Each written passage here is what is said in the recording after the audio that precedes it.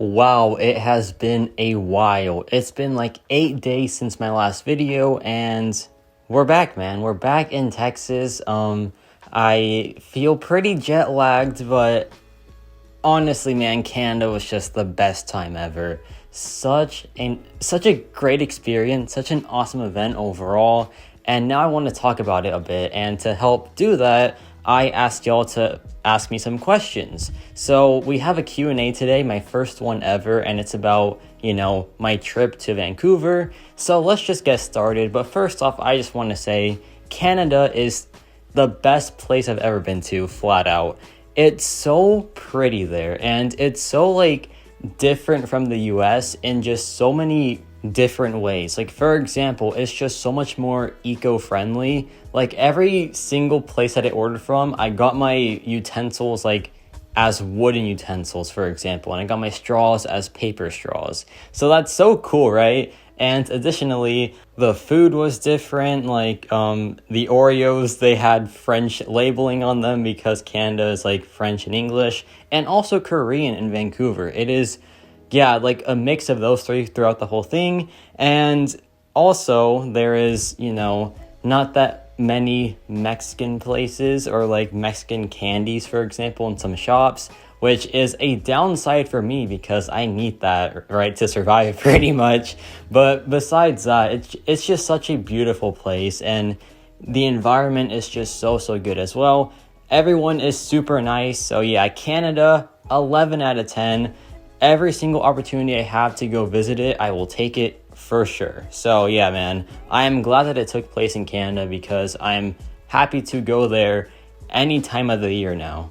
And before we get started here, I will have the Sarostes, I don't know how to say it, this boss fight attempt with Icarus in the background, just as some extra, footage to watch.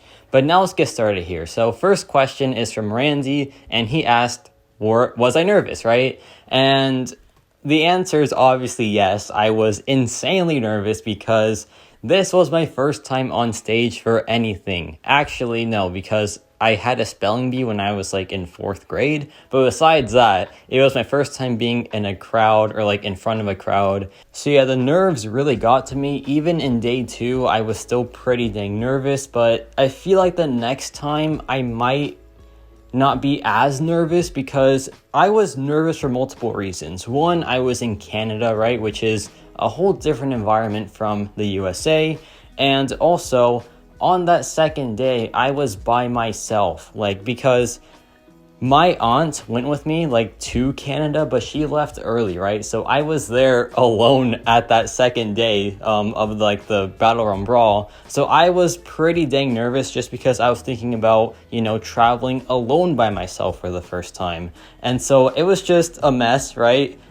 In my head. So I was just a nervous wreck for the entire thing. But yeah, a very simple but good question to ask from Randy. So thank you, Randy. And next up, we have a question and Gray asked me, what were my expectations going into the tournament and how far did I think I would go? And to be honest, I thought that I was going to be eliminated in the first round. 100%, right? That was my expectation, and it sucked because I was thinking the whole time, okay, how do I break it to everyone that I'm not going to do good, so don't cheer for me, right? But I surprised myself. I surprised a lot of people probably when I got to the semifinals somehow. And I was like, what the heck? How did that happen? But yeah, very low expectations, very surprising result, and I will take top 4, right? And it was all thanks to y'all as well, right? Y'all were just so supportive the whole time also. So big shout out to everyone that was rooting for me. I really do appreciate y'all. And next question is from MC10, and it says, how is it like beating Legacy? And you say that you're not a good player, but you got, Paragon in 24 days, I believe it was actually, and you beat Legacy in a top 8 tournament. So what's up with that? Well, my answer is, it pretty much is all luck, and it's always just been luck with me, right? I still stand by that statement that I'm not that good of a player, and I will probably always stand by that statement because I think it is true. So yeah, people just get lucky. I get lucky a lot as well, and I feel like beating Legacy was just purely luck based. And I think, yeah, my, getting top 8 was also pretty luck based as well. That Paragon challenge, that was pretty much just from experience, right? So that wasn't really skill based either. Like all these feats that I've done, they're not really skill-based feats, right? I just got lucky a lot of times. And, I'm happy that I got lucky, right? But I can't call it skill, what I did in the tournament, or like what I did to get to the tournament, right?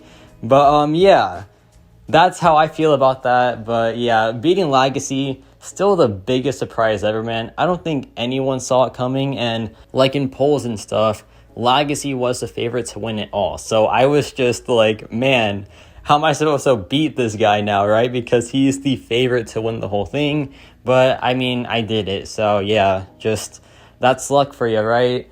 But the next question is from Sweep, and it says, who was I the most starstruck with? And honestly, so many people, man. I was like so taken aback from seeing so many different just pillars in this community, right? Like, Kabam Mike, Kabam John, Kabam Jax. Oh my gosh, dude, meeting Jax was the craziest part for me, like Kabam employee wise, because I am a huge fan of the live streams, and seeing Jax, who is the heart and soul of the live streams, I was just so taken aback, man. I was like, whoa, like this is the actual Jax right in front of me, and he like talked to me as well, which is insane to me, man. So that was awesome. And of course the YouTubers as well, like Vega, Metal Sonic dude, Karate Mike, that was super cool. Meeting Legacy and like facing off against Legacy, also Vega, who was super nice. Meeting Enzo is like the nicest man on this planet, so that was just such a good experience as well. I met Lefty Knox. I met so many people, it's just too many to name, right? Like BMcG, just like a lot of people, right? Then I met some friends also that I've known for like 3 years with Blue and Padme, so it was just an awesome time. But of course, meeting Brian Grant and meeting Seaton were the two biggest ones for me by far. I watch Brian Grant pretty much every single day, right? His live streams. And I watch Seaton pretty much all the time as well. So those guys are also like pillars of the YouTube community here, and they're the biggest channels by far. So like seeing them in real life just doesn't feel real, man. And like it was real. I took pictures with them. I said hi to them. I like had a conversation with them. Seaton was like in the VIP lounge as well, so that was also super cool. It was an insane experience, man, and I cannot wait to do it again and again, because those are memories that you just won't forget for the rest of your life. So I would say that meeting Brian Grant and meeting Seaton, who are two icons in this community, those are the best ones to meet for sure. But also meeting Blue, who has been like my online bestie for a very long time now, that was also a really good time as well. But now it's time for the next question. I'm gonna have to make a part 2 of this because I am answering each one very thoroughly. So next question is from Ult, and it says, who was the nicest person that you met? So everyone was very nice, right? I mean, of course they were. This community is filled with a ton of nice people, and the trolls in this community didn't go because of course they didn't, right? But the nicest person that I think really surprised me with how nice they were was probably Pepe, dude. Pepe is such a sweetheart. It's insane. He is such a nice guy, and like he's always smiling. He's always just filled with energy, right? So Pepe, super nice dude, and he even brought us gifts from his city, which is such a kind act as well. So Pepe, just super nice person. But like I said, everyone was very nice. Like all the competitors were super nice as well. Meeting like some of my alliance mates like Darth Ghost and Trappy, they were nice also.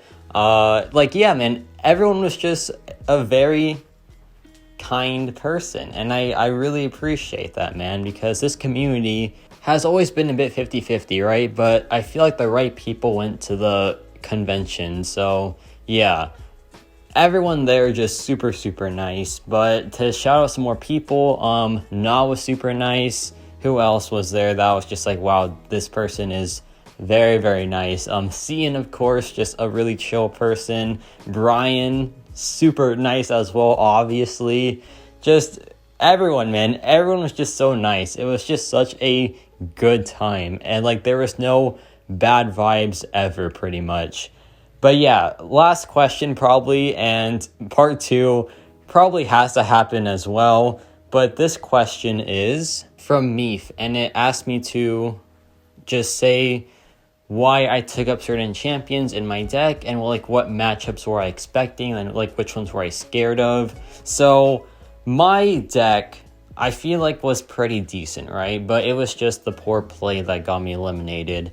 So for the first day, I took up, I believe, Atuma, Killmonger, Korg, Domino, and Photon. So all those champions are just really annoying defenders, right? Atuma was kind of a bad choice because he does get gimped from the day 1 node, but besides that, they were just all for defense. Like Photon crushes your block and the node was invade, so yeah, that was going to be a pretty brutal time no matter who was used. Domino is Domino. Korg at max sig in rank 2 is going to be super annoying. Same thing with Killmonger, so yeah, it was just overall, like, that was the game plan, to just have a pretty scary defense, right? And in my deck, I had 565 6-star attackers because they have more stats than the 7-star rank 1 versions, right? So that was the game plan also, to just have, 6-star attackers and scary 7-star defenders. And for day 1, it worked. And then day 2, I just wanted to have champions that had buff control because it was a buff heavy meta. So I had Chavez at rank 2, I had Juggernaut at rank 2, I also had, who else?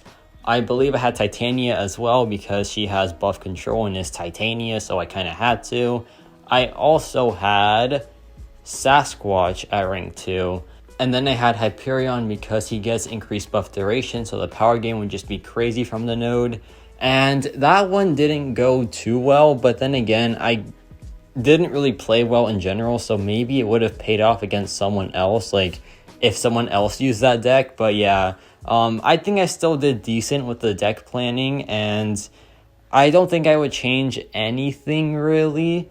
But yeah, so the game plan for day 2 was to just have champions that have either some way of getting rid of the power gain or just having buff control, and also having champions that are nullify immune or just really annoying to deal with their special attacks, right? So that was the game plan, and like I said, if a different person had that deck, I feel like they would have done pretty well. But yeah, I just kind of messed up big time, right? But it is what it is. And okay, bonus question, because this also had a lot of likes, so let's see what it is. And this is a very interesting question, to say the least. Okay, so a lot of questions here, right? This is a big final question. Well, I guess questions, but why did I have football shorts? Is that my normal gear? Yes, it is. I always dress like that. Usually I have a muscle shirt as well. I'll just like post a picture up to like, reference it. But yeah, I have always dressed like that. And someone else asked me about my tucked shirt, and yes, I always tuck in my shirt. That picture for reference, I had my shirt tucked in there also. So like, yeah, I've always had just that apparel, right? But usually I wear muscle shirts, so like it was a different style, right? Because I don't usually dress like that shirt wise, but I usually wear those shorts all the time.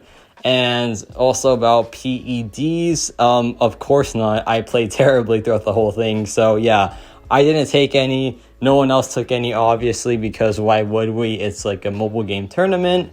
Who was the biggest trash talker? No one was, I don't think. Everyone was just pretty, chill or just pretty nervous. So there wasn't really any trash talk going on. So everyone was just really, calm in that regard. And additionally, was Karate Mike. A vicious scoundrel? No, he was not. He was a very nice guy, a very chill guy as well, as Mike usually is. So yeah, Karate Mike, just a super cool person. And this final question is hilarious. Did Seaton have like a personal guard with him? No, he did not, because he is also a human, right? So yeah, big surprise there, but Seaton is indeed a human who does live his life like a regular human. So he was there just by himself, right? And of course we view Seaton as someone who is like of really high importance in the community, but at the end of the day, he is just a regular guy like me and you, right? So he was there just to be there, and I'm glad he was. So yeah, this was a fun Q&A. Probably part 1 of 2, because there are a lot of things to talk about overall. So yeah, let me know your thoughts about this whole trip. Put some more questions in the comments below for a part 2, which I'll gladly do. But just another quick shout out to all the people that I met there, all the people that were supporting me, like J-Nick. Oh, forgot to mention J-Nick, such a nice guy. Oh my gosh, such a good person. Great on commentary as well. Massive shout out to him. All the Iceberg people as well who were supporting me. Just, yeah, man, just so many people were there, and they were all just so fun, and such nice people too. But now I have a lot of content to make, like a lot. So I am pretty overwhelmed. And yeah, that's about it for me.